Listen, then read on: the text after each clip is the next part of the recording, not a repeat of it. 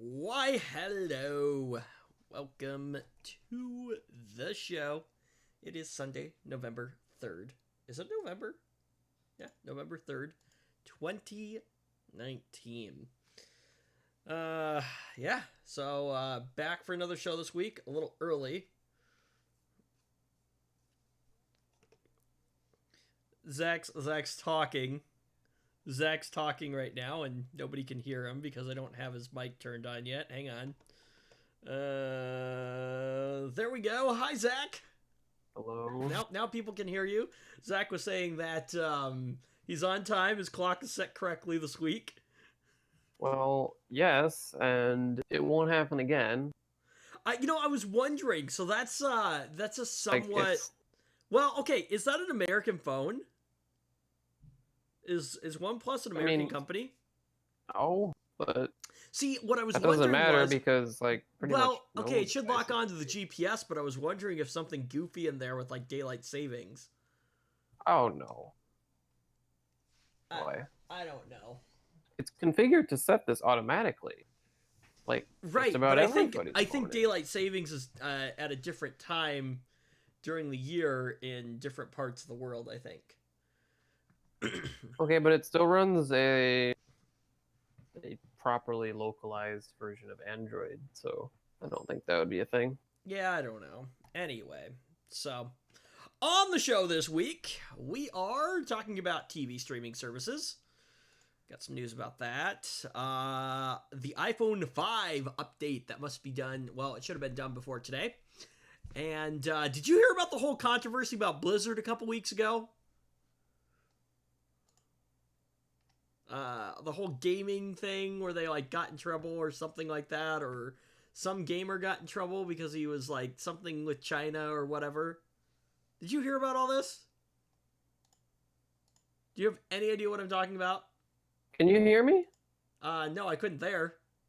Well, I was saying yes, I did hear that. Oh, okay. So, how much did you follow it? Do you know all the details on that, or more details than I It was maybe mildly funny to watch them get trashed on by just about every do? Yeah. So every social outlet. a but- major sponsor has dropped Blizzard, and we'll talk about that later. So, with Oh, that's that, funny. with that said, let's roll the intro.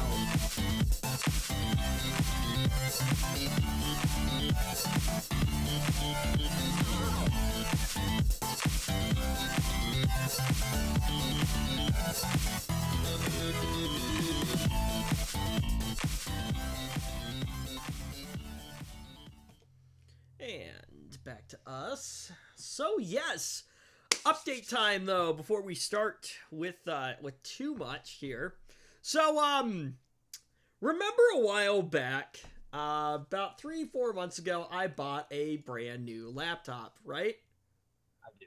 So got a new laptop, and first thing I did was completely factory, or not even factory reset it. I just nuked it. Brand new Windows install, 1903 update.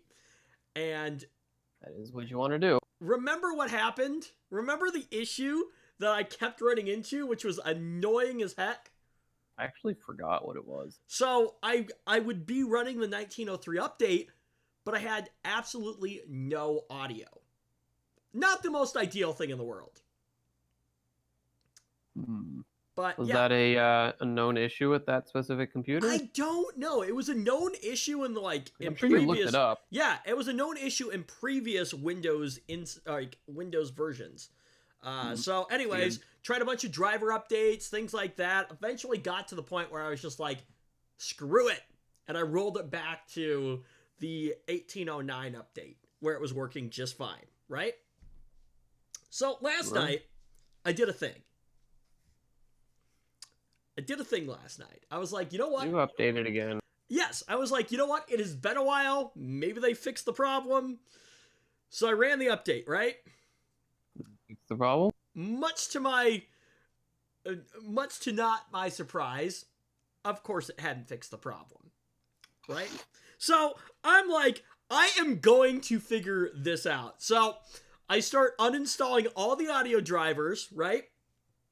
And I turn off the Wi-Fi. So anyways, restart it, Comes back up. Hey, guess what? Audio's working, right? I'm like, okay, great. Connected to the internet. Windows does its thing.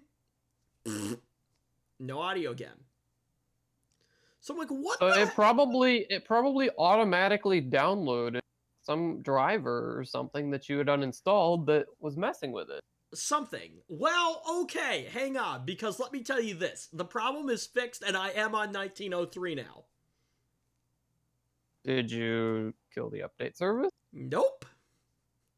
Okay, I didn't You'll think so. never guess what it was. Anyway, so Okay, so I'm not gonna try then. What was? yeah, so anyway, so I'm looking at actually, you know what? I'll give you a hint. It has something to do very low level with the system I don't. that I Okay. updated. I updated something at the super low level. You update the BIOS? Yes, I did there was a BIOS update on Dell's website. And so anyway, I'm looking through, because I was looking through the website to look for drivers and things like that. I'm like, what the heck, right? Like Dell, drivers, yada, yada, yada. So I'm looking through all that, right? I thought maybe it was a graphics driver issue or something. I'd seen that somewhere in a forum somewhere. And so anyway, I was like, so next to the BIOS update one, there was a little urgent flag next to it. And I'm like, I'm pretty sure the very first thing I did, or one of the first things I did when I got the system, was update the BIOS. But maybe I didn't. So anyways, I'm like, okay, fine, what the heck. So I download the BIOS update tool, right? And I'm looking at it. It's telling me what the current version of the BIOS is. Well, actually, I looked in CPU-Z first, and I couldn't figure it out. So anyways, I just downloaded the tool, and it said, here's what your current version is, here's what the new version is, and the numbers were different, and I was like, okay, fine, like, whatever. So after about 3 agonizing minutes, terrifying minutes, shall we say, because, what's the potential, what potentially can happen anytime you update the BIOS, Zach? Your system died? Yeah, you have the potential to basically turn your whole entire system into a brick. Yeah, so, anyway, so I'm sitting there waiting for this BIOS update to get done. It only took like 3 minutes, but anyways, the whole 3 minutes I'm like, okay, just be done, just be done, just be done. I don't update the BIOS very often, and so I was like, I'm not really, like, all that into this right at the minute. So anyways, finishes doing its BIOS update, gets to the login screen. Log in. I've had audio since. And the funny thing, yeah, and the funny thing is that I was like, okay, BIOS update. Like, I was thinking to myself, I'm like, this is going to fix the problem. I just know it is. And I was like, this is going to be one of those things where it's going to be like, I'm going to be happy that it fixed the problem, but it's also going to be one of those things where it's like, really? Really? That's what the problem was? Really? Yeah. So anyway, so BIOS update. The system is running better than ever. I was having some weird, like, graphics incompatibility issues, I think, too. So the new BIOS update seems to have fixed that stuff, too. But yeah, it is happily running the 1903 update. Because unlike somebody, I don't actually mind updating my systems. Well, I just dislike when I update my computer and they do stuff that I don't want, like reinstall Candy Crush. I don't want that. I uninstalled it for... And also, make things break, like my entire computer. What broke? Well, remember? It used to blue screen when I took an update. Well, that's because you were like 10 updates behind. So when you do a full feature update in Windows 10, it basically reinstalls the OS anyway, doesn't it? I think it builds on top of other elements that are already there. Now, okay, let's go back to Windows XP. you couldn't install Service Pack 3 unless you had Service Pack 2, and you couldn't install Service Pack 2 unless you had Service Pack 1. Well, that's not a thing right now, is it? Well, I think basically the updates, the monthly or the semi-yearly updates are basically just like, they're probably like service packs. They're just not calling them service packs anymore. I don't think so. I know that you can take a way older version and up.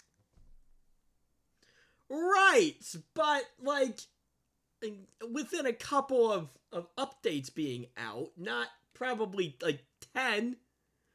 No. You know what? Just a couple weeks ago, I updated a computer with like 16 something to the latest version. No problem. Maybe it had something to do with the update service being disabled. I re-enabled it to do that.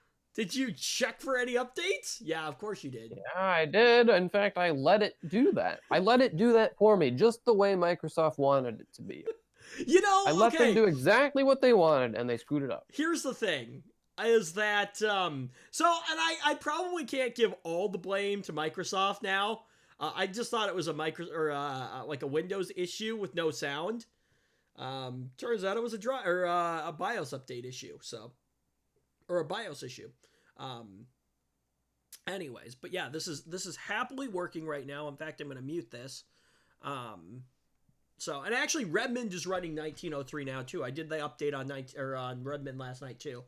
So anyways, although, okay, let's be clear about something, okay? The light theme is stupid. Light theme? Yeah, that new light theme in Windows. I don't see it. I know. You have Oh, but I know what you're talking about because I've seen it before. Yeah. And yeah, I don't like it either. Isn't the big thing right now supposed to be dark themes anyways? Yep.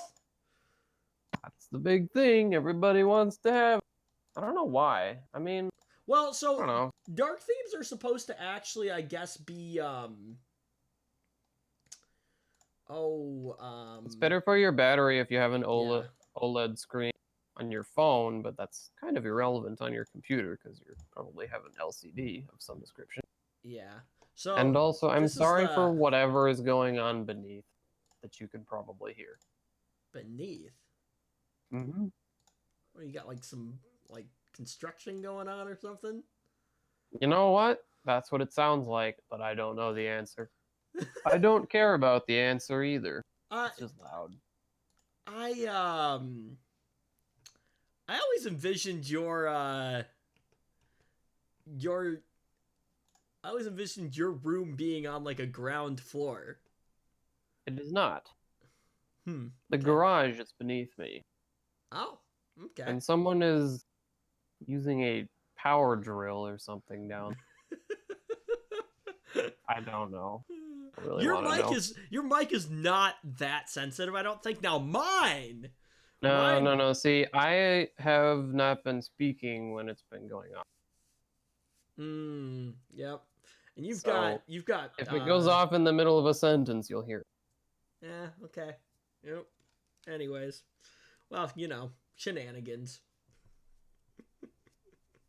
But anyway, yeah. So a BIOS update fixed the issue. To Microsoft's credit, I think maybe on one or two occasions, I've had Windows automatically update on me to like a brand new feature version. I guess I can't really say that because I don't know if it's true or not. But I feel like I have observed less cases of Microsoft reinstalling stupid bloatware. So when I redid but I actually don't know. I've got the 1903 update, and I haven't seen any bloatware come back yet. Really? Wow. Maybe a lot of people complained about it. I sure hope they did, because they deserve to hear how stupid. Yeah, well, you know what, though? Okay, to Microsoft's discredit here, though, okay? So I came in to find a majority of my security settings have been changed, or privacy settings. So Microsoft still can't get Well, that yeah, right. I bet that's a thing. I did not have to worry about that You because know, they used to. I freshly installed, so Right, I but got the they chance to tweak used the settings. to in feature updates. They used to have that screen that popped up that said, like, they would reset everything, but at least they'd say, hey, like, you know, do you want to turn this stuff off? Didn't happen in this update. Now that I check, Windows is currently allowed to track app launches. Yeah, I need to go back through Oh, these you know what? systems. Even on the customized install settings page, not all the privacy options are there. Oh yeah, of course. I need to run Spybot again. I haven't done that yet. Yeah, Spybot anti-beacon. Good reminder. Spybot anti-beacon. They've got a Actually I won't. They've got a free and paid version now. The free version works pretty well. If I wanted to spend the money, I could buy it. But Spybot anti-beacon. So Spybot anti-beacon basically blocks all the telemetry data from Microsoft, which is really awesome. So that they can't see what's going on. Actually, so for the church, I might be deploying a domain controller, and it was actually kind of interesting to go through the group policy and look at all the things that I can turn off. I can actually turn off, I think, a lot of the telemetry data just in group policy. Sure you can, yeah. Which might be an interesting thing to try because Pro by default actually has group policy built into it. You just gotta know where to go find it. So that and might guess be what I installed? What did you do? I installed Pro. Oh yeah. So that might be worth going through too. Looking in there. But anyway, so yeah. But anyway, that's where we're at right now. So I'm running 1903 happily. I figure feature updates, okay, so usually don't care about those, but the security portion of it is what I care about. So that's mainly why I update. And I figure that in most cases, I usually will have less problems.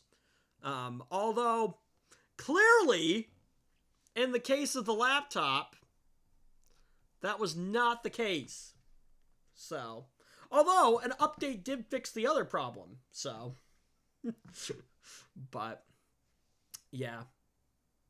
So, who knows? But I just know things are working now, and so that's how I'm going to leave things for right now. So, now, NBC Universal reportedly considering making its Peacock streaming service, get this, Zach, totally free. Okay, I didn't even know that was a thing, to be honest.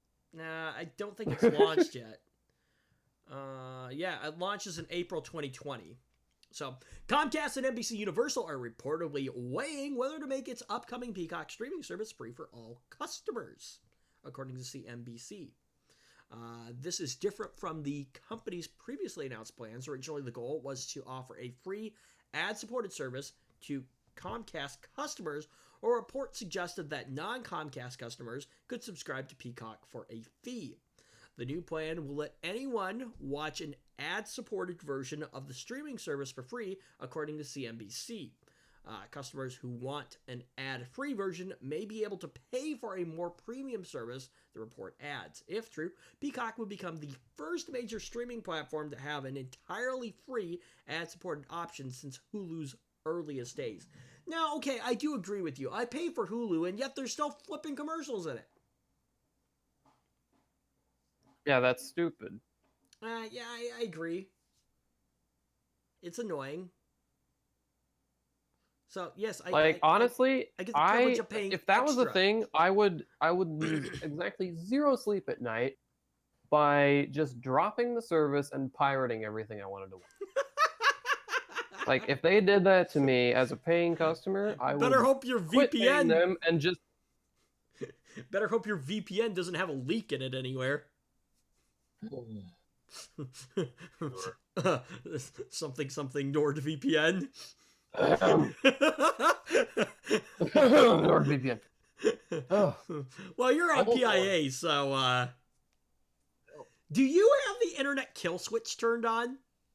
I don't think I do. Well, if you're pirating stuff, I might have that feature turned. Well, I don't make a habit of it, so it's fine. Anyway, so, yes, PIA! Go check out the... No, I'm just kidding. Not sponsored by anyone. I know. Like, no, really. No, we're not. Did you hear about this? Apparently, there was some person, like, on the Reddit forum saying that, like, NVIDIA was, like, paying tech YouTubers to, like, have product placement in the background of their videos. No, I didn't see with, like, that. NVIDIA boxes and things like that. Yeah. That's not true, by the way, but anyways. So Peacock, which will launch in April of 2020, will come with a slate of original series alongside reboots of popular NBC series like Punky Brewster and Battlestar Galactica. Peacock will also be home to many of NBC's most popular shows, including The Office, which leaves Netflix in 2021. Feature movies from the Universal arm of NBC Universal will also be available to stream. Nothing in concrete yet on this, and Comcast has a history of convoluted pricing schemes. Why am I not... Shocker. Right? Shocker there. Shock. Comcast? No, they would never.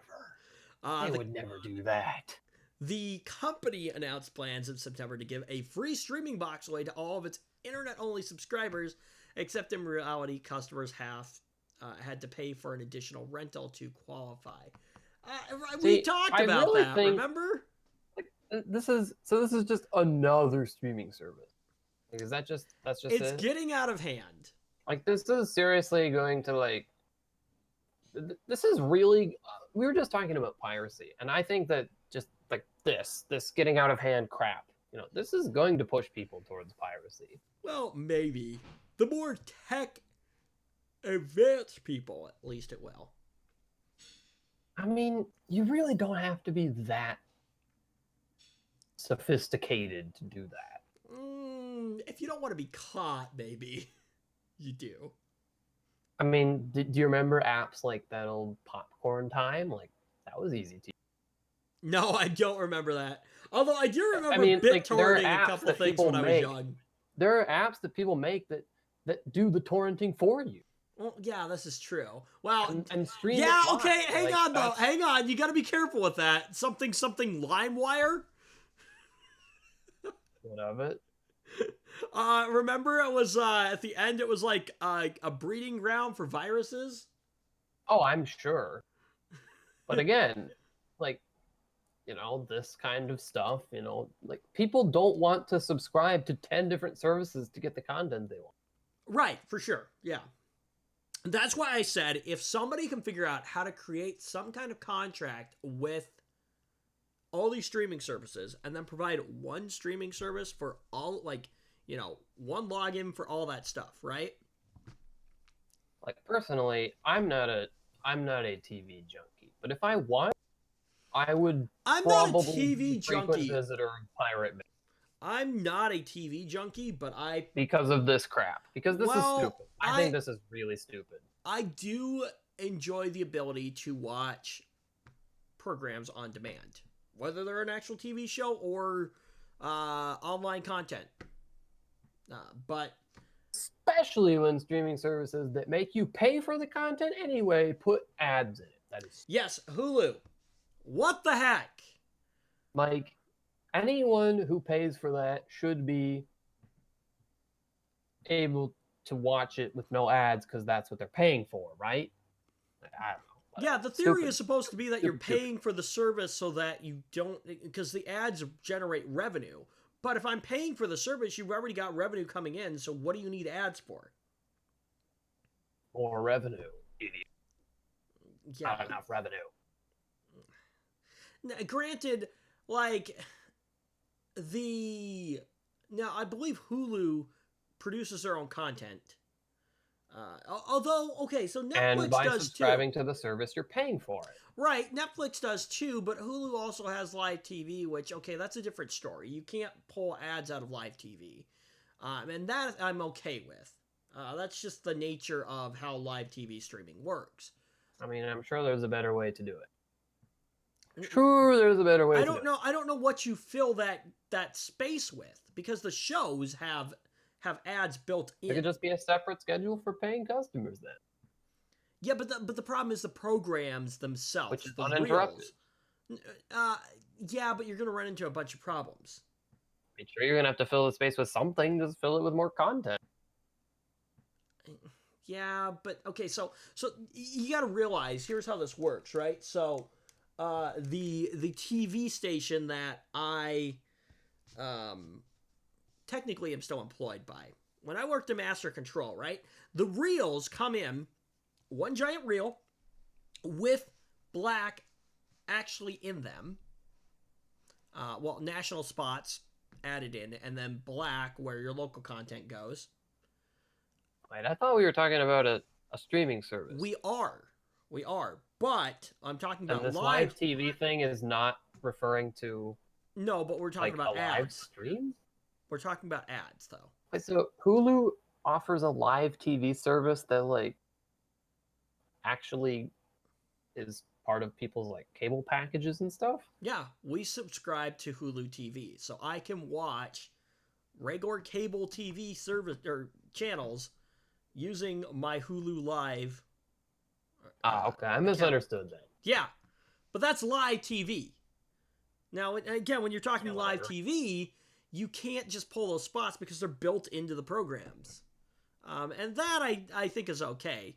That's just like paying your cable company. And you're paying your cable company not for the shows, but for them to deliver the content to you through their infrastructure. So that I think is a different story. But when you're talking like, like a on-demand show or something like that, the fact that there are commercials in it is kind of annoying when I'm paying for a service. Exactly. That should not be a part of it.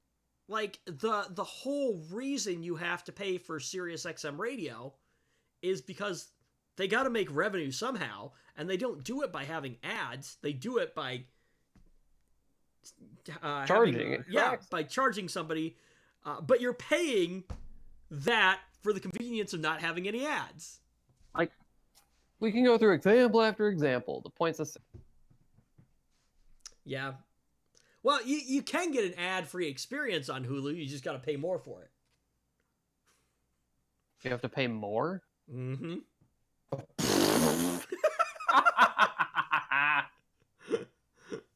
Yep. Yeah, it's like the and next again, tier I'm up. going to go back to my previous point. We don't condone piracy, but how much does Pirate Bay? Yeah. So, anyway. $0 is the answer, by the way.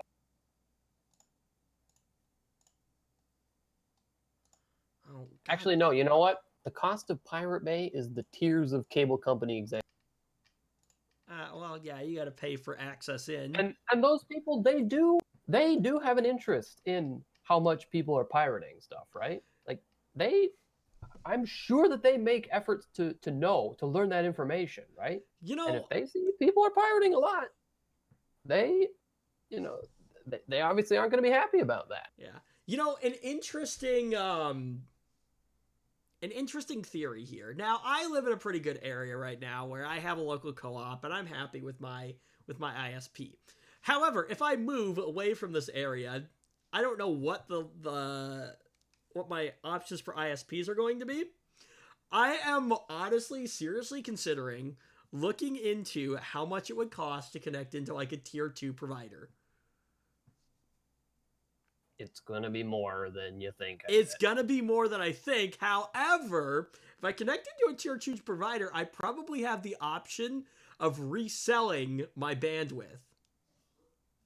And I'm sure there are a lot of legal hoops to jump through there, and some stupid cable company will be knocking on your door, Maybe serving you I got to do some I got to do some research serving on you a this. lawsuit or But something. if I can, running my own ISP might not be a horrible idea. I don't doubt it's going to be a lot of work, but nice way to make some income, and something to consider. So, anyway, speaking of TV streaming services, PlayStation Vue, which is owned by Sony, will be shutting down in January of 2020. What even is that? It's basically like Hulu TV, except for it's Sony's version of it. So they're acting as a whatever. I don't even care. So Sony is shutting down its live TV streaming service, PlayStation Vue. Whatever. Don't even care. On January 30th, 2020, the company announced the other day. The sudden announcement of the shutdown comes just a week after a report published by The Information saying Sony was looking for a buyer for the service, which has continually lost money for the company since its launch in March of 2015.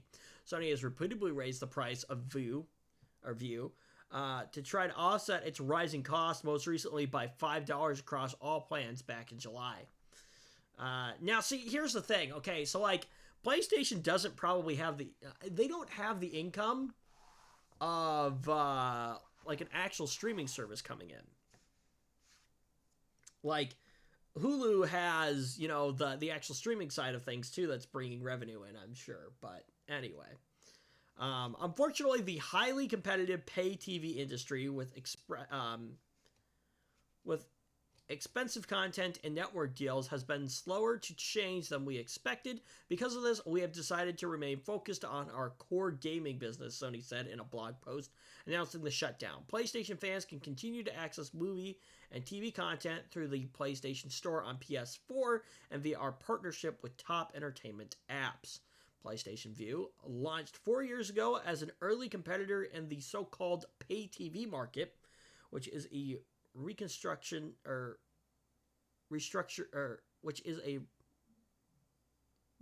form of cable made popular by companies like Sling. Oh yes, the Sling box. I don't know if that thing still exists anymore. Anyway, so we used to have one. I remember one time my dad brought this thing home. We were just like, what is that? And it's I don't know. And he just fiddled with it for a while. It took a while for him to get it. It was really cool. It was just a novelty. I didn't really use it. Kind of like TiVo. Actually, I think you had to pay for the TiVo service, didn't you? I don't know. I remember this was pretty early on in the Sling thingy's lifetime. So I don't even know if that was a thing yet. Yeah.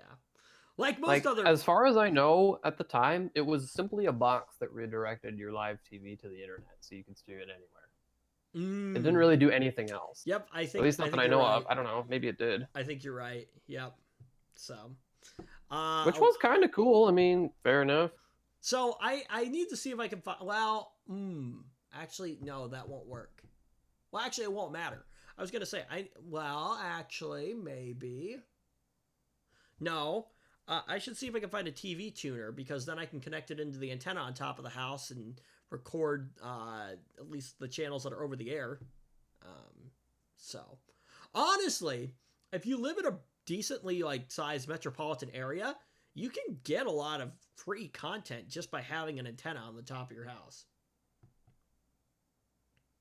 Like, if I had a strong enough antenna, I could pick up pretty much all the major networks, CBS, NBC, ABC, Fox.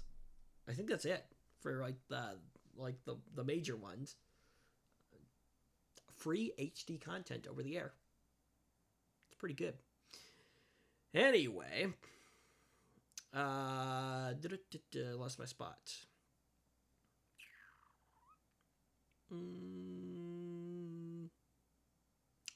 So like most other vendors, Sony offered a skinny bundle of channels with the option to add more premium ones like sports and entertainment channels by paying a higher monthly subscription fee. After the price hike, the entry-level Vue plan cost about $50 a month. At its highest, View amassed about 500,000 subscribers, which is far less than competitors like Sling and YouTube TV, the information reported last week. Ultimately, it Pretty looks much like saying you can pay for the privilege of paying more for the stuff that you actually want. Well, you do that with your regular cable company too. If you want like the Sunday ticket or whatever like that, you're going to spend more. Oh yeah, I forgot those jokes exist. Ultimately, it looks like Sony couldn't make the economics work, as the cost of licensing cable channels far outweigh the money Sony could recoup on subscriptions. View's demise is also a signal that customer interest in traditional cable bundles, skinny or otherwise, continues to shrink. As a result, major players in the entertainment industry are throwing immense resources towards building out proper on-demand streaming services to compete with Amazon and Netflix. This includes Disney and Disney Plus, Apple with Apple TV Plus, AT&T with HBO Max, and NBC Universal with Peacock, among others. But here's the problem: that everyone is gonna have their own streaming service, and you're gonna basically be back to the whole same thing where everyone has their own network. So you're gonna pay for whatever content you want. Now, I'm sure they would hate this idea, but imagine if you could just like buy individual shows that you want to watch. You can on Amazon. You can buy seasons of shows. That's a thing. Well, good for them for thinking ahead. Well, this has been a thing for a long time. You can walk into any major retailer. Yeah, actually, I think you're right. That has been for a while. Yeah. But yeah, I mean, but why don't more people do that? Probably because they wouldn't make as much money. Well, no, but it's because it's after the season airs. They don't release that content. Well, imagine if you could subscribe. Imagine if you could just subscribe to shows that you want. You'll be able to watch them as soon as they're out, but you don't pay for stuff that you don't want. Well, that's not ever going to be a thing, I'm sure, because most of the money they make is you paying for stuff you don't need. Well, let's be clear. The networks don't make money from you. Well, they kind of do. They make money from eyeballs, basically, from advertisers. So the networks take a show, and the more popular your show is, the more money you're going to get. Same thing in radio. Okay, but they're not going to be able to show ads to people who are just buying the show, right? Unless they are, in which case the buyers should instead pirate it, because that's what the company deserves. Yeah. For being scum. Yeah. So, anyway. But, yeah. So that concludes our talks on TV streaming services for this week. Moving on to our Microsoft news for this week. So, Microsoft's Cortana Assistant is getting new features later this year, adding voice options, including a male voice for the first time, as well as integrations with the Outlook app and iOS, according to a leaked video posted on Twitter. So the new Outlook feature seems to largely revolve around a new Play My Emails feature that will see Cortana go over your new emails in a miniature briefing. During the briefing, you'll be able to sort or flag conversations using your voice. I thought Cortana was dead. So did I. But you know what this says to me? This says to me that Microsoft is adding in this feature, and so do you know what's in the fine print of this feature? When Cortana, gives you a briefing on your emails or whatever stupid crap she does, she's definitely sending them all to Microsoft as well. Well, yeah, I don't think Cortana can actually figure out anything locally on your machine. I think it has to go back to Microsoft for interpretation. I'm pretty sure it does. Let's see here. Boink. Does this? Yeah. Oh, is this just music? This might just be music here. So play my emails, catch up, and plan ahead. Yeah, this is just gonna be music.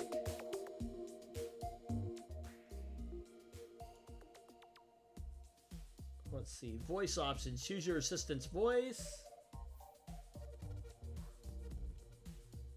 Let's see here. this is interesting. They're showing this on like on a phone.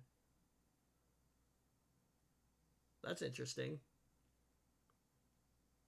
Cortana on Windows. Get more done with less effort. While also sending all of your information to Microsoft.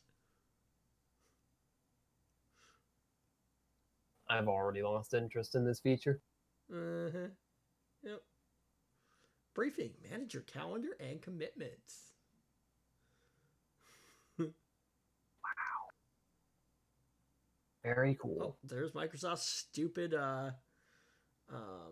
light theme.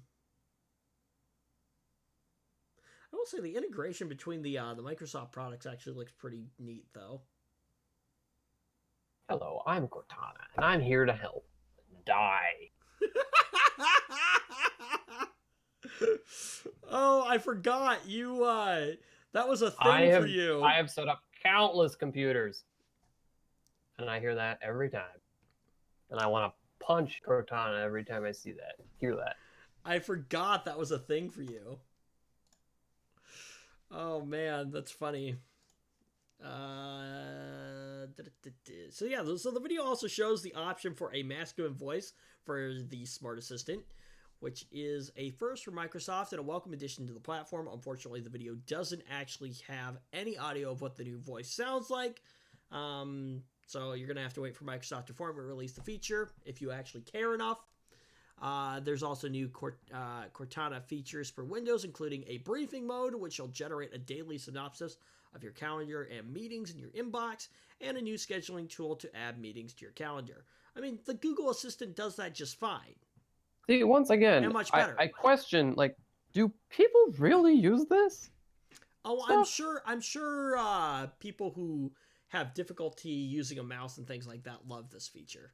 I mean, I'm sure that that's decent for how many older people who folks need accessibility features like that, but like okay, but let's be honest. How many older folks have you seen that love Siri when they're trying to send a text message? Not very many, to be honest, because that's hard for them to use. Like, they don't understand that.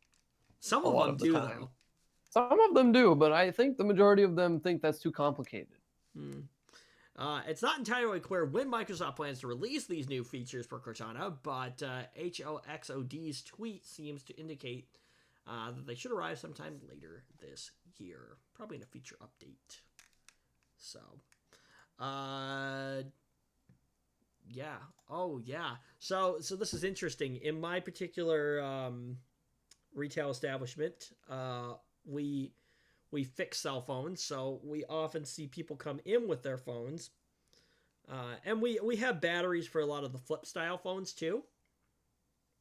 Although, this is going to be, you know what, that's going to be interesting after the beginning of the year, because most of those flip phones, I think, run on what system, Zach? System? What tower generation? Either 3G or even before that. Right. And what's disappearing after the beginning of the year? Those things. Yeah, 3G is disappearing. So it'll be very interesting to see how that affects that portion of things. I still have people coming in that are looking for batteries, and I keep telling them, I'm like, you do know that like in 2 months your phone's probably not going to work. And they look at me and they're like, what? Yeah. So, I don't even know if actually I saw there was a trend apparently, supposedly a trend that like millennials are actually going back to flip phones. What? I don't believe that. Well, the idea is it's supposed to be so that like you can be more simplistic. You're still connected, but you're not as connected. It's like a way to like get away from like social media and things like that, but still have a phone. I think that's like the opposite of what most millennials want, though. Maybe. It's funny. So you know how often I'll fix a phone for like a teenager or something like that, and broke their screen or something yeah, stupid like that. Yep, they've broken their screen, right? And they come back in after we have the repair done, right? I hand them the phone. What's the first thing they do? to check something Yep. on like Instagram or whatever. Yep. Yep. Straight just boop, into the phone. It's kind of sad. It is kind of sad. Like, it's become the culture nowadays, but like, it's sad. So, anyways, I don't know. Did your parents impose screen time limits on you, didn't they? To a point. When I got my own devices, all bets were off, though. I'm gonna be that horrible parent that just turns off the Wi-Fi after a certain time. I'm just kidding. Probably not. I could though. Rewire the house with different network jacks that are all on separate VLANs, so I could turn a separate VLAN. Like I could turn a VLAN off. I don't know. I could definitely. I mean, you wouldn't even have to do that. You could just do no switch port. Well, yeah. Goodbye. Okay. Yep. Boom. Done. But no, I could definitely see my home having a few servers in it. That I could see. So, I would love to get a either build or buy some server to do some virtualization with. That would be kind of cool. I have to agree, but I do know that you can buy secondhand servers with a surprising amount of hardware for not that much money. You know, so I might... Again, you're not going to get like enterprise level features like redundancy and such. But I mean, who cares? It's just a hobby thing, right? Well, so the TV station has a bunch of old hardware, and you know, I might look into talking with some of the engineers. You know, what do we got here that we're not using that maybe I could, you know, take permanently borrow. Well, I'd probably end up paying for something, but you know, it would be a quick and easy place to get something, probably. I know one of my coworkers took home some old machines that weren't being used anymore. With permission. Right, yeah, exactly. So that's how I got an old HP switch, a manageable switch. In fact, you know what? If I really wanted to, I could probably acquire a lot of somewhat old Intel NUCs. Like 10 to 20 of them. What kind of hardware are we talking about in those? 3rd gen i3s and SATA drives, like 4 gigs of RAM. That would be powerful enough. They're like Facebook machines, basically. That'd be powerful enough for what I'm looking for. I'm looking for a... Now, the thing is that some of them are like, I mean, they're still operable for sure. And they're still usable for some applications. Sorry, I'm trying to reword it. Because I would say DC station, but you don't know what that is. Like, basically, a DC station is like a workstation that these press operators use, and they just do like one thing on it. So, you know, those machines go out there for that. And the people in the office get the newer ones. Oh, yeah. More than one thing to do with it. That's basically what I'm saying. But we still have a giant stack of them. Like, if I just asked, I'm sure I could take home a couple of them.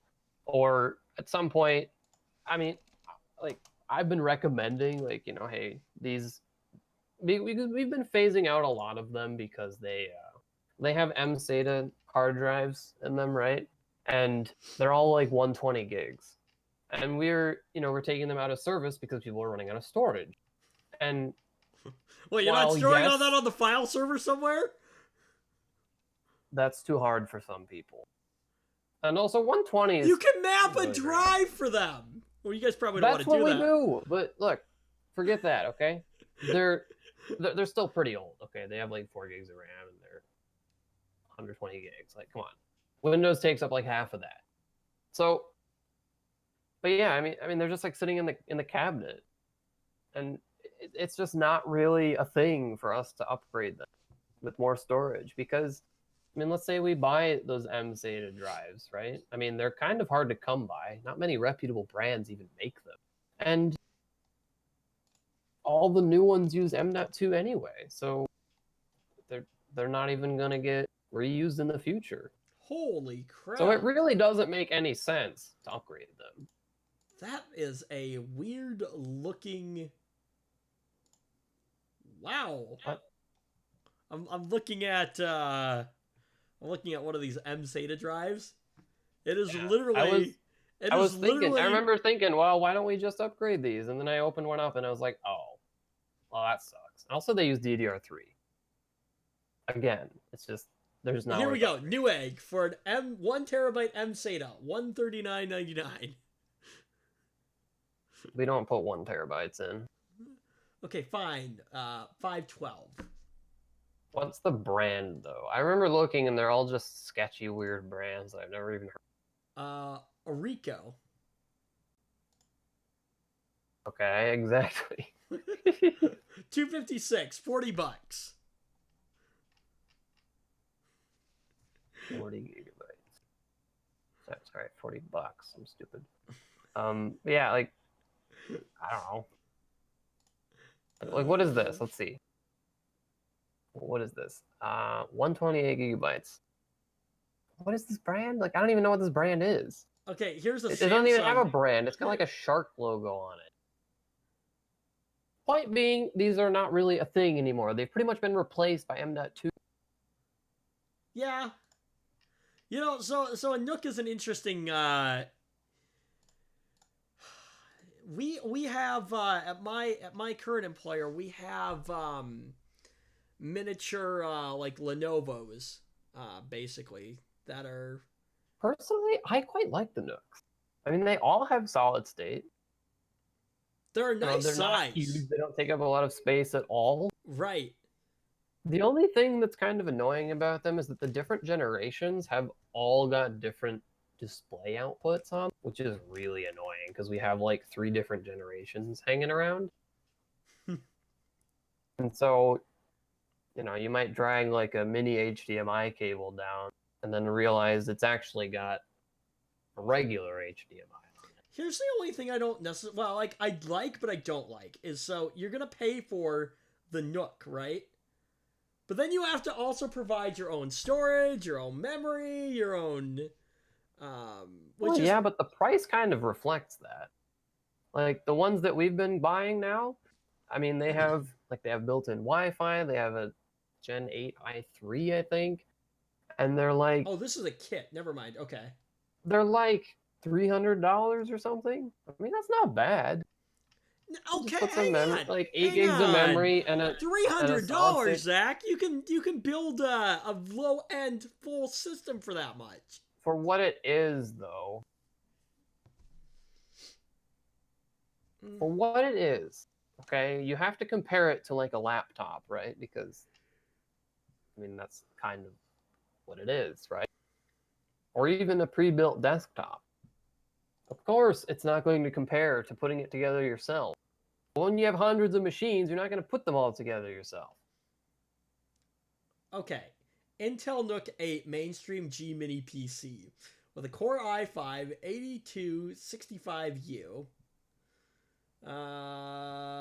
Let's see here. 8 gigs of RAM and a 1 terabyte. Oh, really?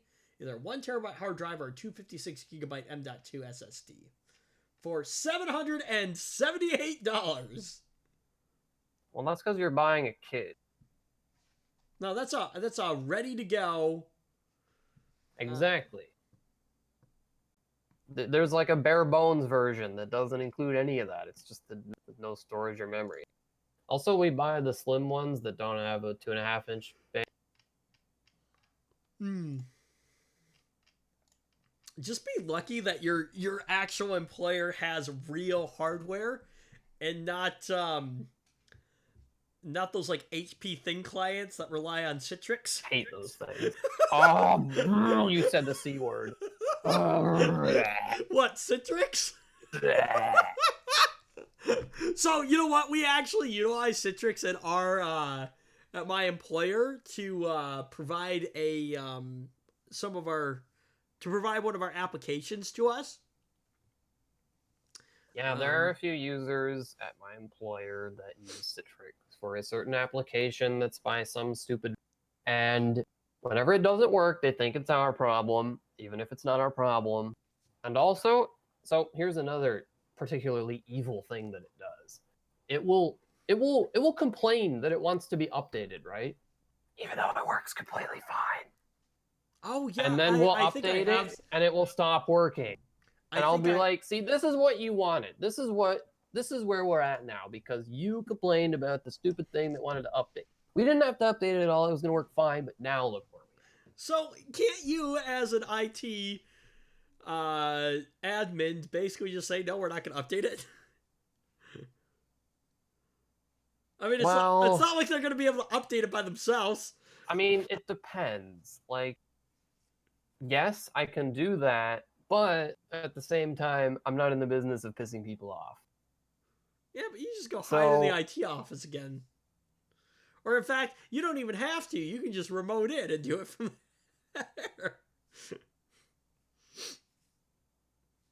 I mean, look, you're right, but sometimes it's just not my place to say no. You know what I mean? Anyway. I don't know. Maybe I'm just a different IT admin. Like, anyway, no, it's going to break things, so no, you're fine. It normally, like, it happened once, okay? It broke once, and I had to, like, basically nuke it from orbit and start over. It was just awful. Orbit. Like, so whenever I hear about that again, and thankfully I don't hear it much, I'm like, look, we don't really recommend updating it because it can cause problems. And, you know, I will say this. I think that the updating causing problems is not entirely their fault because so when they receive these update notifications, right? It has to be like basically reinstalled in order to update it. It's really weird. Like that's goofy. I've tried to have it do the update itself, and it just doesn't want to do it. Like I don't know. I don't know why that's a thing, but it. Because like you have Citrix to be on an administrative user in order to. Because Citrix is weird. And then it gets all goofy when you do that. Citrix is just weird. I hate it. I hate it so much. It's terrible. Yeah, well, you know, it's funny. So the application that we access through Citrix is a way better experience than using our... So it's basically the back end to our point of sale system. So our point of sale system is built online, basically. The problem is, though, is that they had it in a data center somewhere in Wisconsin, and now they're moving it to Microsoft's Azure platform. But rather than moving everything all at one time, or moving everything over and then switching us over to it, they're migrating it slowly. So there are portions that are still in one data center, and there are portions that are in another data center. Everything is awful. Yes, it is awful. Because inevitably something in one of the data centers goes down, and so you still have like the core fundamental pages, but like the feature doesn't work. Everything is awful. So yes, but so the whole system runs on like a MySQL database basically, and then the other program, you know, connects into that, and far better experience. And supposedly at some point we're supposed to be getting rid of the other program, but the development team just apparently is taking their sweet time. Believe me, I know we have some awful programs. So, anyways, but yeah, so that's all a thing. Speaking of updates and things like that, update your iPhone 5 before today to keep email, web, and GPS working. Did you hear about this? No. Yeah. So, if you managed to hold on to your 2012 era iPhone 5 until now, you should probably update it before November 3rd, which is today. You'll need to update to iOS 10.3.4 in order to keep important functions, including the App Store, iCloud, email, and web browsing working, according to Apple. If you're not sure which version of you're running, Apple has a support page about the issue, which also explains how to check which version you're using. something, go into settings and it will tell you. Your phone needs the update because of the GPS time rollover issue.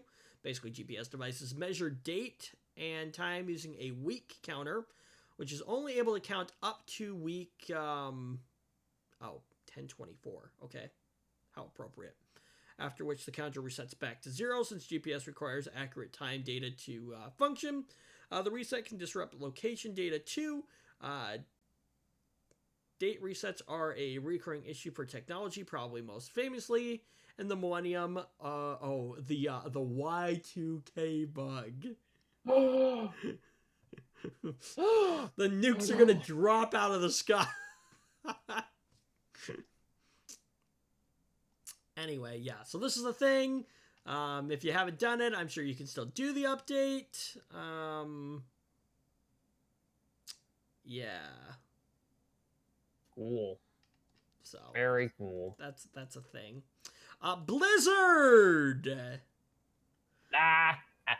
is gonna be good. So run me through. Apparently, you followed it maybe a little more than I have. So what's the backstory here? All I know is that apparently they banned someone for saying like "Free Hong Kong" on a live. Yeah. And people are not happy about that at all. So Blizzard Entertainment may be feeling the effect of its controversial ban of Hong Kong Hearthstone player NG Blitzchung Y. Chung. Like it's kind of a hot topic right now. The whole Hong Kong thing for quite some time here. So what exactly is happening with this whole Hong Kong thing? I apparently just am not paying attention. Apparently they unbanned him and reinstated his prize money that he was owed from some because they had taken that away from him too. Right. Okay. But basically because everyone was really mad at them. Right. But what is the whole Hong Kong issue going on that like there's? I don't know. Yeah. We're uncultured. Something apparently. About some laws and bad. Something about China government bad, totalitarian government bad stuff. Wow. Censorship bad stuff. something Great Firewall of China. I'm inclined to agree with what I've heard. The company not only faced a widespread player boycott, condemnations from U.S. lawmakers and numerous employee walkouts over the decision, but it also lost a key sponsor of its international gaming competitions. Zach. Now, let's point out that above Blizzard is Activision. And do you know who has a big stake in Activision or some kind of big relationship with them? Tencent. Okay. You know who that is? That is a massive Chinese company that has like their fingers in everything, pretty much. Got it. So, according to the Daily Beast, Mitsubishi decided to pull sponsorship of Blizzard esports events after the company banned Blitzchung for voicing support for the Hong Kong protest in a television post-game interview earlier this month. Reddit users first noticed the disappearance of the Mitsubishi logo during a recent Asia-Pacific Hearthstone tournament, and the company confirmed its decision to pull its sponsorship to the Daily Beast. Now, I will admit that just kind of like randomly blurting something out of a random hot political topic during the middle of the stream is maybe a little silly. Well, supposedly they were warned about this before not to do it, but some people are saying that the actions that Blizzard took were a little extreme. Well, and not only that, but what's the name of that thing? The Streisand effect, I think? Now more people are doing it. Or are, going out of their way to make a spectacle about it. Like, I remember there was like a follow-up to that where some college students playing in some tournament, I think of also Hearthstone, they did the same thing pretty much. Yeah, so and knew that they would get banned, I'm sure, and I'm sure they did. So they did it anyway because I don't know, they wanted to.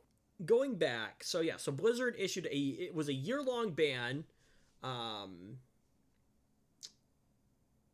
for Blitzchung, who expressed support for the Hong Kong protesters during a competition live stream. Let's see.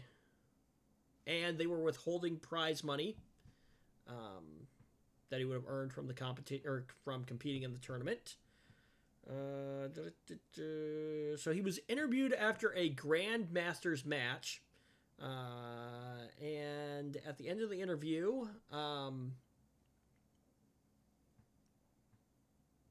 he pulled down his Hong Kong protest style masked yell, "Liberate Hong Kong."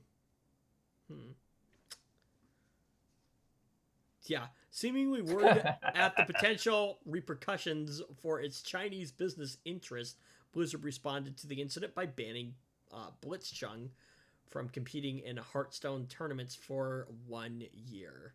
See, I wouldn't want to be them right now. Like they don't want to piss off all their American customers, but they also don't want to piss off their Chinese shareholders. Right. And, well, not really a great spot to be in, I do say. No, not really.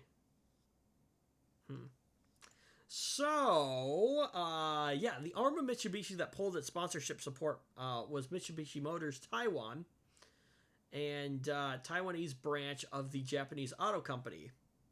Okay, Taiwan is often the subject of contentious disputes between the Chinese government and businesses around the world who risk losing the opportunity to do business in the country's mainland if they defy in any way the government's position on Chinese sovereignty of Hong Kong, Taiwan, and other territories. Apple recently hid the Taiwan flag in iOS 13's emoji set if you're located in Hong Kong or Macau? Interesting. After initially announcing a year-long ban of Wei Chung, I think that's how you pronounce this guy's name, and the tournament announcers who were interviewing him live. Oh yeah, that's right, because they also dinged the announcers as well. Remember, who were interviewing live in early October. Blizzard has since shortened the ban to 6 months in response to the fan and public outcry. Apparently, they gave him his money back too.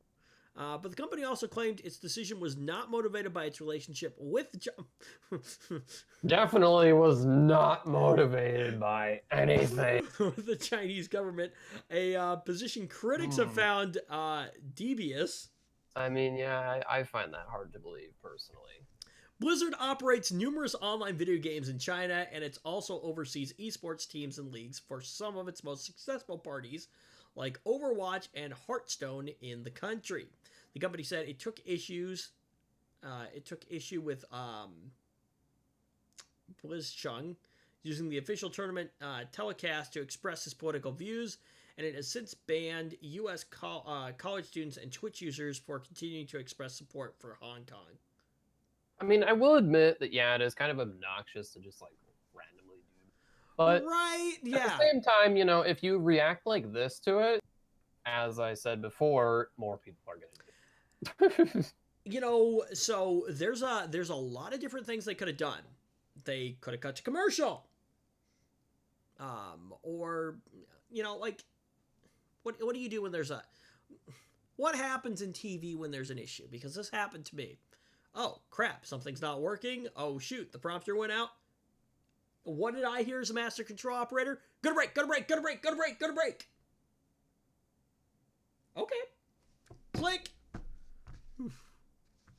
Well, usually what happens is that the production team cuts to black, cuts audio, and then master control takes over and sends it to break, so that you're not just on black. But like that totally could have been a thing here. Oh, hey, he's talking about something that we probably shouldn't be talking about. Let's just cut it.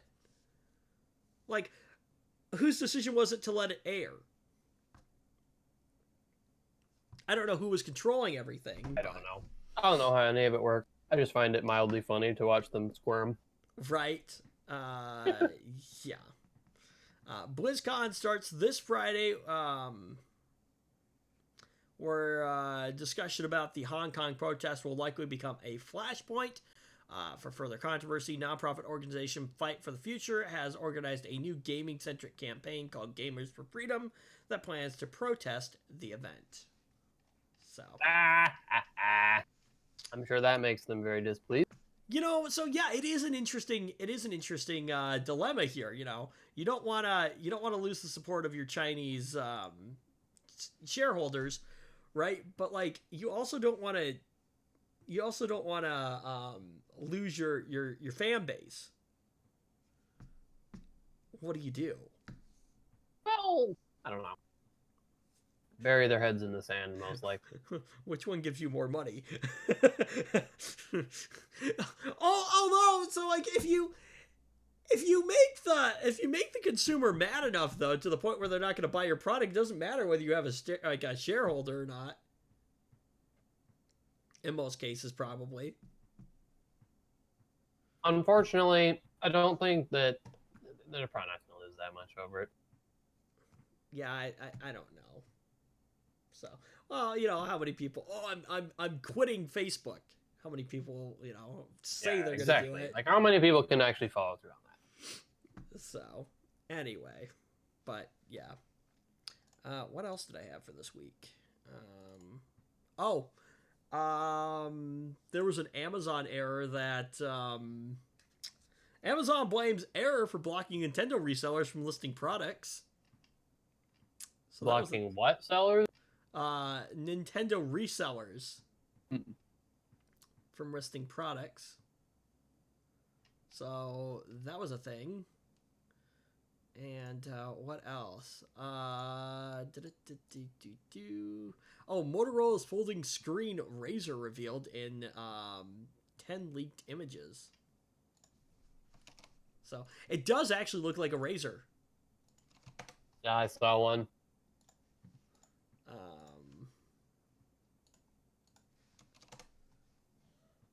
Did you never had a Razr, did you? No. It was I think my mother had one though. The Motorola Razr was my very first phone ever. So it's much slimmer, it looks like, at least in the height. The width is probably bigger. But it's got like a screen on the outside, so when it's like folded, you can use it. Probably going to require a bit of software magic to get that form factor to work. Yeah, it's kind of cool though. Like when it's open, like you can have it like stretch across like tablet mode, which is kind of cool. So, a flip phone with a